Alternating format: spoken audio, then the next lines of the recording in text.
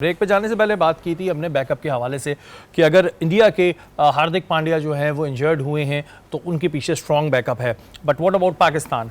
नसीम भाई, हमारे पास एक तो बैकअप की बड़ी कमी होती है। रीज़न क्या है? क्या हमारे पास टैलेंट नहीं है या जो टैलेंट है वो उस जगह आ ही नहीं पा रहा है? रीज़न क्या आप समझते हैं? देखिए, टैलेंट आपका साथ गया हुआ है। जिसको बैकअप होना चाहिए था वो बैकअप है ही नहीं। अबरार को बैकअप होना चाहिए था, आपने उसामा को बैकअप रखा है। आपको पता है कि दोनों सिमिलर टाइप के बॉलर हैं, तो शादाब ही खेलेंगे, उनको तो वाइस कैप्टन बाबर बना के लेकर गए।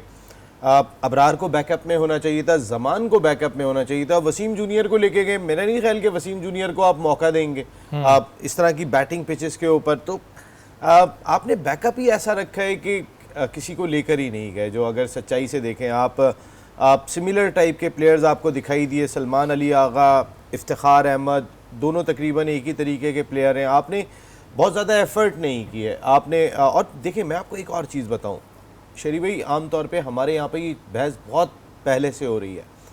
हमारे यहाँ जो स्ट्रॉन्ग ग्रुप होता है ना, वो बैकअप ही ऐसा रखता है कि चेंज करना ही नहीं पड़े। ये ऐसे दिखाओगे अगला बोले यही अच्छा है, बोले यही बेहतर है। बोले ना, हम कह रहे हैं वापस फ़खर को ही ले आओ, 10 हारने के बाद भी फ़खर ही ले आओ। हमारे पास अगर यहाँ पे ऑप्शन की सूरत में मिसाल के तौर पे फॉर्म में होते शर्जील होते या किसी और को हम ज़रा बरक रफ्तार ओपनर साइम अयूब होते, जिनको हमने 1-2 सीरीज़ के बाद बहुत ज़्यादा कैरी नहीं किया, अभी वो कैरेबियन प्रीमियर लीग जिता के आ रहे हैं अपनी टीम को। तो कहने का मकसद है कि हमने रखा ही उन्हें, हम फ़खर को ही लेके गए इतनी नाकामी के बाद। यहाँ साइम अयूब होते, हर आदमी इस वक्त ये बात कह रहा होता कि इमाम की जगह साइम अयूब को खिलाओ, जहाँ पे वो 12 मैचों में बाहर होने के बावजूद ये बात करते हुए दिखाई दे रहे हैं कि यहाँ पर फ़खर को खिलाओ। इमाम इम्पैक्ट प्लेयर नहीं है, साइम इम्पैक्ट प्लेयर है, साइम खुल के खेलते हैं।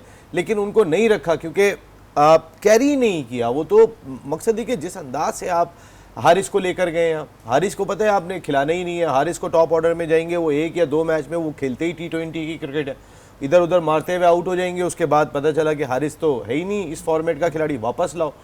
तो आप बैकअप ही ऐसा लेके जाते हैं कि आपके जो मेन खिलाड़ी हैं जिनको आपने खिलाना है वो डिस्टर्ब नहीं हो जाए किसी तरह। ये चीज़ हम एशिया कप में भी डिस्कस कर चुके हैं और अब ये वर्ल्ड कप आ गया। हम एशिया कप में अंदिया दे रहे थे वर्ल्ड कप का कि भाई वर्ल्ड कप में ये मिस्टेक नहीं करना, लेकिन वही मिस्टेक्स हमें नज़र आती हैं। वही लोग हैं, उन्हें खिलाने के लिए बस एक ख़ास एक लॉबी बनाई जाती है, उस लॉबी के तहत खिलाया जाता है। लेकिन कल की खबरें ये आ रही हैं आतिफ के उसामा मीर का चांस है, उसामा मीर को चांस दे रहे हैं शादाब की जगह। लेकिन ये खबरें हैं अभी तक, आप क्या कहेंगे? कुछ आपके पास हैं ऐसी? और क्या उसामा मीर इज़ गुड? जी बिल्कुल। अभी जिस तरह की रिसेंटली परफॉर्मेंस आप उठा के देखें शादाब की और नवाज़ की, तो मेरे हिसाब से अब तो बनता है उसामा मीर को खिलाना। अब आपके पास बैकअप में वो है ही उसामा मीर। जो मेन बॉलर था आपका अबरार, उसको आपने रिजर्व में डाल दिया। वही नसीम भाई वाली बात कि टीम जो है वो अपने हिसाब से ली गई है, अपने हिसाब अपनी मर्जी से ली गई है। असल में मैनेजमेंट एक पेज पे नहीं है, सिलेक्शन एक पेज पे नहीं है। असल मेन चीज़ वजह ये है जिसकी वजह से बैड सिलेक्शन हुई है। अब ये टीम चली गई है, हम दुआ कर सकते हैं कि या अल्लाह ये परफॉर्म करे और वर्ल्ड कप में एक अच्छी कारकर्दगी दिखाएं। लेकिन जो आप अगर बैकअप की बात देखें तो बैकअप में हमारे पास बिल्कुल भी यानी कि कोई वो रिलायबल प्लेयर नहीं है। आगा सलमान है तो वो इफ्तिखार की जगह है, और अगर वसीम जूनियर देखें तो वो क्राइटेरिया नहीं है, हत्ता के ज़मान को होना चाहिए था। तो बैकअप के लिए ये देखें, अब हमारे पास बैकअप तो है। आईपीएल की आप अगर क्रिकेट देखें इंडियन प्रीमियर लीग की, तो वो हर साल अपनी आईपीएल से 1-2 प्लेयर निकालते हैं और वो प्रमोट करते हैं, वो खिलाते हैं, वो मौका पूरा देते हैं। अगर किसी प्लेयर को आप सीरीज़ देते हैं, वो सीरीज़ में परफॉर्म नहीं करता, देन फिर वो चेंज करने का सोचते हैं। अभी आप देखें कि इंडिया ने 4 मैच खेले, 4 मैचों में 4 ओपनर उन्होंने 2 ओपनर चेंज कर दिए। तो वो अपने ओपनर को वापस लाए। वो बीमारी की वजह से बाहर था तो उन्होंने उसी को मौका दिया। देखिए, हमारे यहाँ तो ये होता है कि अगर वो बीमारी से भी बाहर नहीं होना चाहता, डरता है कि कहीं उसकी जगह बीमारी रह लूं मैं। ईशान किशन ने परफॉर्म किया था, 83 रन्स किए थे उन्होंने पाकिस्तान के खिलाफ, लेकिन अगले मैच के अंदर शुभमान गिल फिट हुए, वो शुभमान गिल को लेके आ गए। देखिए, शुभमान गिल ने कितने मैचेस खेले? शुभमान गिल ने 2 वर्ल्ड कप के मैचेस खेले हैं टोटल, इससे ज़्यादा नहीं खेले। शुभमान गिल ने कहाँ पे इम्पैक्ट डाला है? शुभमान गिल ने IPL में इम्पैक्ट डाला है। IPL में आपकी साइम अयूब ने भी इम्पैक्ट डाला था। आपने सेटल ही नहीं होने दिया क्योंकि आप किसी यंगस्टर को, आप बाबर आजम और रिजवान, T20 क्रिकेट में एक यंग आपको टैलेंट दिखाई दे रहा है जो सर्व कर सकता है।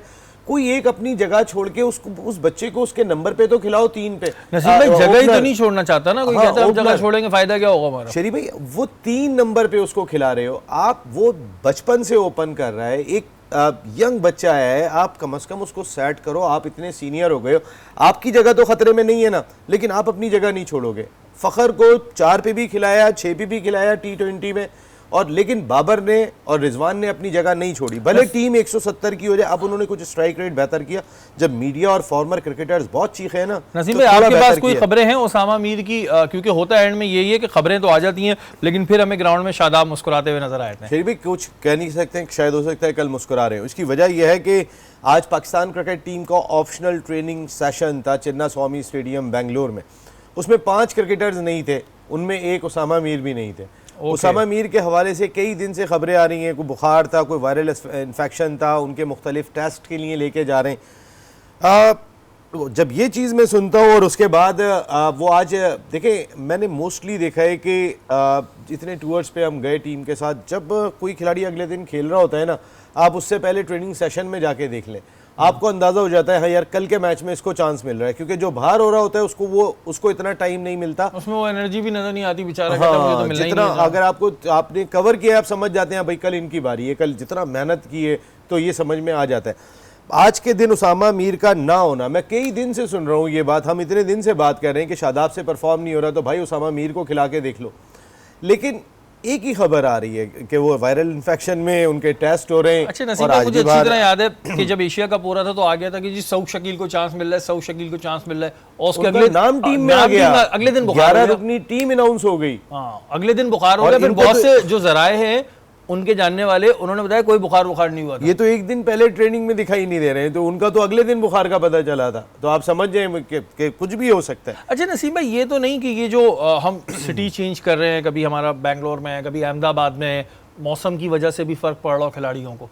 मौसम तो चेंज हो रहा है, यहाँ पे हो जाता है तो बीमार पड़ जाते हैं। भाई आप यहाँ पर भी तो जब PSL खेलते हैं तो कराची से लाहौर भी खेलने के लिए जाते हैं, पिंडी भी खेलने के लिए जाते हैं। फरवरी के महीने में अच्छी सर्दी होती है, पिंडी में जो है वो लोग जैकेटें पहन के बैठे होते हैं दोपहर में भी, जिस वक्त PSL के मैचेस हो रहे होते हैं। कराची में रात को लोग जैकेट पहन लेते हैं, इस्लामाबाद में शाम से जैकेट पहन ली जाती है। तो कहने का मकसद है मौसम तो आपको यहाँ पे, और एक मैच आपका कराची में हो रहा है तो उसके बाद लेग आपका चला जाता है, वहाँ पे एक इस्लामाबाद में मैच हो रहा है, एक मुल्तान में मैच हो रहा है। हर जगह का मौसम डिफरेंट है। आप प्रोफेशनल क्रिकेटर्स हैं, देखिए ना, आपको मिनरल वाटर पीने को मिलता है। आप मोस्टली रहते 5 स्टार होटल के अंदर है, आपको बाहर की आबो हवा अगर मिलती है तो प्रैक्टिस सेशन के दौरान में मिलती है या मैच के दौरान में इतनी मिलती तो है। बॉडी को आदत होनी अब चाहिए। इतनी तो आप ग्राउंड में जाके पता नहीं क्या इतनी सारी बीमारियां कैसे लगी अच्छा हैं, नसीम समझ भाई, नहीं आ अब रहा। कल बड़ा एक इम्पॉर्टेंट मैच है, क्योंकि इंडिया से तो चले हमें शिकस्त का सामना हो गया और अभी भी हम चौथे नंबर पे खड़े हुए हैं।